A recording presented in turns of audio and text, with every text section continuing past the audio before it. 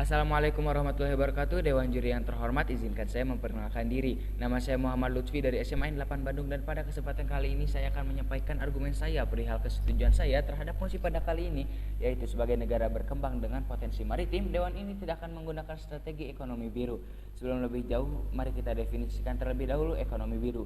Ekonomi biru adalah strategi pembangunan ekonomi nasional uang untuk mengandalkan sumber daya kelautan atau potensi maritim yang dimiliki oleh suatu negara untuk meningkatkan pertumbuhan ekonomi melalui berbagai kegiatan yang inovatif dan kreatif dengan tetap menjamin usaha dan kelestarian lingkungan.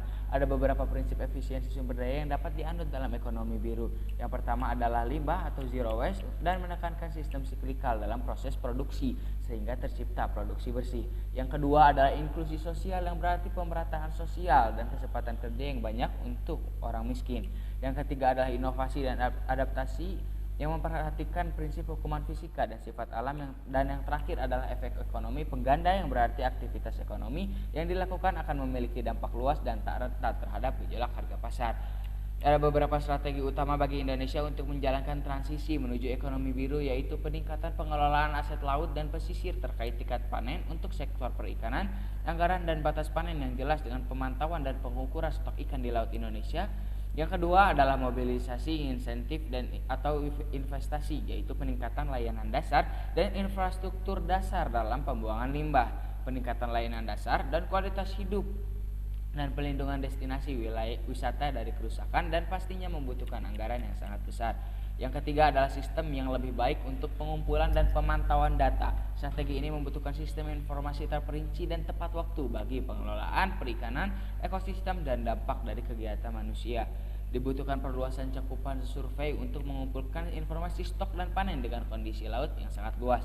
Dan strategi terakhir adalah membangun kembali dengan lebih biru setelah pandemi COVID-19. Strategi keempat ini mengedepankan rencana tata ruang wilayah dan rencana pengelolaan perikanan yang dapat diuji dan diterapkan pada saat ini.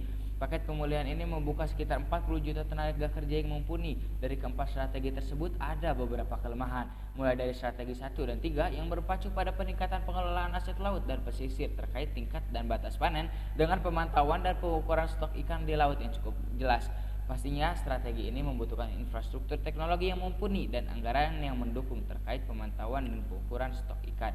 Saya ulangi, pastinya strategi ini membutuhkan infrastruktur teknologi yang mumpuni dan anggaran yang mendukung terkait pemantauan dan pengukuran stok ikan di laut.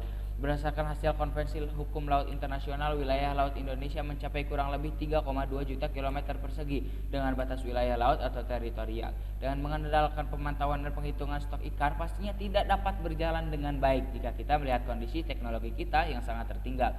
Untuk memantau dan mengatur stok ikan di laut Indonesia yang sangat luas membutuhkan teknologi yang memadai dan mendukung, sedangkan teknologi di Indonesia saja dalam kondisi tertinggal dari negara-negara lain.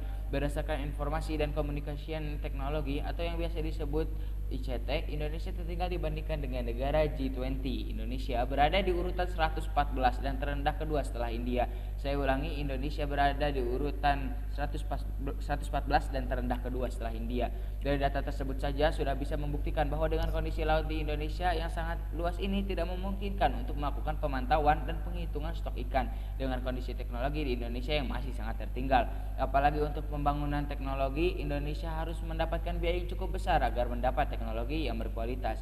Tidak usah jauh-jauh ke perhitungan stok ikan di laut Indonesia. Pembajakan laut yang secara terang-terangan saja baru ditemukan saat-saat ini. Pembajakan laut yang terjadi di Kalimantan Barat dengan jumlah 13 kapal baru ditangkap beberapa bulan yang lalu. Sedangkan para pembajak sudah merampok berjuta-juta emas. Bagaimana penghitungan stok ikan ingin dilakukan jika pembajakan secara terang-terangan saja baru ditangkap dan semuanya masih belum terungkap? Yang kedua adalah mobilisasi dan investasi yang pastinya membutuhkan biaya yang sangat besar. Memang dapat dibantu dengan perusahaan asing lewat investasi, tapi pastinya masih sangat jauh untuk mengejar ketertinggalan infrastruktur teknologi yang tertinggal dan pastinya membutuhkan biaya yang cukup membengkak. Dan strategi terakhir adalah membangun kembali dengan lebih biru setelah pandemi Covid. Strategi keempat ini mengedepankan rencana tata ruang wilayah dan rencana pengelolaan perikanan yang membutuhkan tenaga kerja sekitar 40 juta. Apakah dengan strategi ini Indonesia bisa melakukan dengan tenaga kerja yang sangat besar dengan pemerataan yang cukup tidak baik? Nah, maka dari itu pastinya Indonesia belum siap dengan ekonomi biru ini. Mengapa? Karena mulai dari sumber daya manusia yang terbatas, infrastruktur teknologi Indonesia yang tertinggal dari negara-negara lain, dan pastinya Indonesia masih kurang atau masih dalam batas minim terkait keamanan laut Indonesia. Saya Lutfi, terima kasih.